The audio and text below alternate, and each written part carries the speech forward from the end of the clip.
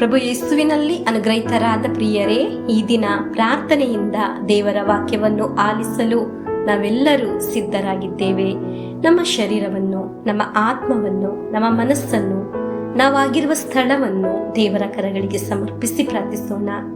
ನಿಮ್ಮ ಭವನದಲ್ಲಿ ಈ ವಾಕ್ಯ ಮುಳುಗುವಾಗ ಆ ವಾಕ್ಯದ ಎಲ್ಲ ಅನುಗ್ರಹ, ಸಂತೋಷ, ಆಶೀರ್ವಾದ, ಕೃಪೆಗಳು ನಿಮ್ಮಲ್ಲಿ, ನಿಮ್ಮ ವೈಯಕ್ತಿಕ ಜೀವನದಲ್ಲಿ, ನಿಮ್ಮ ಭವನದಲ್ಲಿ, ನಿಮ್ಮ ಕುಟುಂಬದಲ್ಲಿ ತುಂಬಲಿ ಎಂದು ಪ್ರಾರ್ಥಿಸುತ್ತೇನೆ. ನಾವು ನಿರೀಕ್ಷೆಯಿಂದ, ಕೃತಜ್ಞತೆಯಿಂದ, ವಿಶ್ವಾಸದಿಂದ ದೇವರ ವಾಕ್ಯವನ್ನು ಆಲಿಸೋಣ. ಆದಿಕಾಂಡ 30ನೇ ಅಧ್ಯಾಯ 17ನೇ ವಾಕ್ಯವನ್ನು ಆಲಿಸೋಣ. ದೇವರು ಲೇಯಳ ಪ್ರಾರ್ಥನೆಯನ್ನು ಕೇಳಿದರು. ಆಕೆ ಗರ್ಭಿಣಿಯಾಗಿ ಯಾಕೋಬನಿಗೆ 5ನೆಯ ಗಂಡು ಮಗುವನ್ನು ಎತ್ತಳು. ಪ್ರಿಯರೇ, ದೇವರ ಸನ್ನಿಧಿಯಲ್ಲಿ ಪ್ರಾರ್ಥಿಸುವ ಯಾವುದೇ ವಿಷಯವಾಗಲಿ ಅದನ್ನು ದೇವರು ಅನುಗ್ರಹಿಸುತ್ತಾರೆ ಎಂಬುದರ ಉತ್ತರವಾಗಿದೆ ನಾವು ಇಂದು ದೇವರ ವಾಕ್ಯದಲ್ಲಿ ಆಲಿಸಿದ್ದು. ನಾವು ಆದಿಕಾಂಡ 30ನೇ ಅಧ್ಯಾಯ 20ನೇ ವಾಕ್ಯವನ್ನು ಆಲಿಸೋಣ. ದೇವರು ನನಗೆ ಒಳ್ಳೆಯ ವರದಾನವನ್ನು ಕೊಟ್ಟಿದ್ದಾರೆ. ನಾನು ನನ್ನ ಗಂಡನಿಗೆ 6 ಮಂದಿ ಗಂಡು ಮಕ್ಕಳನ್ನು ಹೆತ್ತಿದ್ದೇನೆ.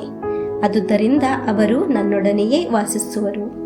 ಪ್ರಿಯರೇ, ಪ್ರಾರ್ಥಿಸುವವರನ್ನು ದೇವರು ಉನ್ನತಕ್ಕೆ ಏರಿಸುತ್ತಾರೆ.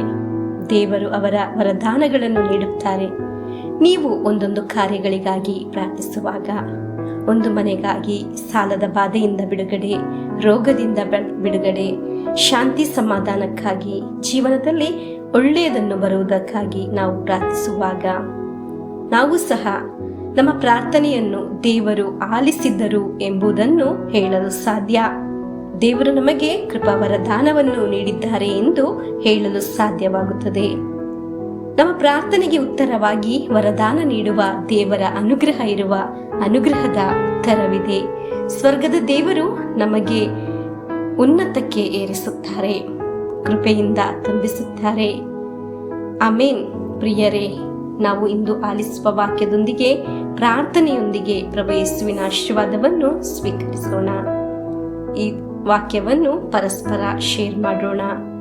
ನಾವು ಒಂದು ಸಾಕ್ಷಿಯಾಗಿ ಮಾರ್ಪಡೋಣ. ಆಮೇನ್.